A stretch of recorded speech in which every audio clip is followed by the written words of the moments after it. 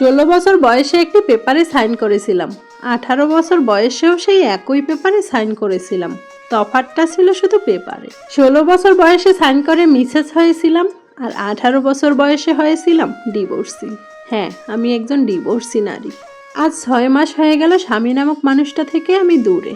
যেই বয়সে আমার মাধ্যমিক পরীক্ষা দিয়ে ঘুরে বেড়ানোর কথা ছিল, সেই বয়সে আমি কাজী অফিস নামক স্থানে 3 অক্ষরের এক মিসেস শব্দ আমার নামের পাশে বসিয়ে বাবার বাসা থেকে বিদায় নিয়েছিলাম, শুধুমাত্র আমার আম্মুর ইচ্ছা পূরণ করার জন্যই। তার প্রাণপ্রিয় বান্ধবীর ছেলের সাথে আমার বিয়ে দেয়া হয়েছিল। মা আমার 10 বছরের সময় ব্রেন স্ট্রোকে ইন্তেকাল করেছিলেন। আমার একটা বড় ভাইও আছে, সে বিগত 3 বছর ধরে ফ্রান্সে প্রবাসী, ভালো বেতনে চাকরি করে সেখানে।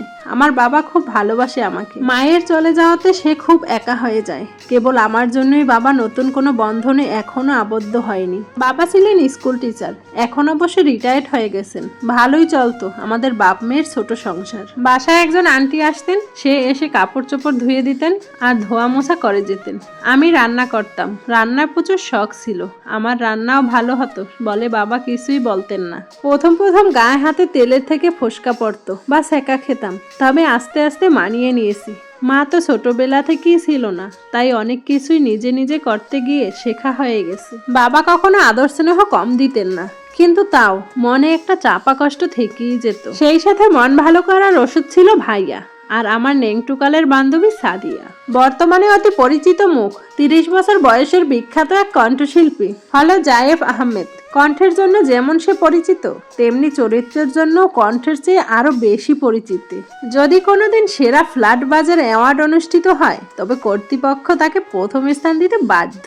যেদিন জানতে পারলাম এমন এক লোকের সাথে বাবা আমার বিয়ে দিচ্ছে, সেদিন বাবাকে বলেছিলাম, বাবা তুমি যদি এই লোককে বিয়ে করার কথা না বলে আমাকে বিষ খেতে বলতে, আমি তাও হাসি মুখে খেয়ে নিতাম। বাবা বলেছিল, জুই তুমি যদি তোমার মাকে ভালোবাসে থাকো, তাহলে ওকে বিয়ে করতেই হবে। আর ওর মধ্যে খারাপ কি আছে আমাকে বলো? সে এত খারাপ যা তোমাকে এই মুখ দিয়ে বলতে আমার বাধবে। মনে মনে বললাম। বাবাকে বললাম, বাবা আমার মাধ্যমিকের রেজাল্ট এখনো দেয়নি, বয়স তো কেবল 16 আর তার বয়স 30, 14 বছরের বড়। তুমি না একজন টিচার, বাবা আমার সাথে এমন করো না দয়া করে। জুই মা, ওর মা এই পৃথিবী থেকে চলে গেছে 1 বছর হয়নি। ওর বাবা বর্তমানে অনেক অসুস্থ। ওর মায়ের ইচ্ছা পূরণ করতে চায় ওর বাবা। আর তোর মায়েরও তো ইচ্ছে ছিল। মা আমার রাজি হয়ে যা, ওরা তোকে পড়াবে। এভাবে আরো অনেক ইমোশনাল হয়ে বাবা আমাকে বোঝালেন। আমিও ভাবলাম, সেলিব্রিটিদের নিয়ে তো গুঞ্জন কতই ছড়ায়, তার বেলাতে এমনও হতে পারে।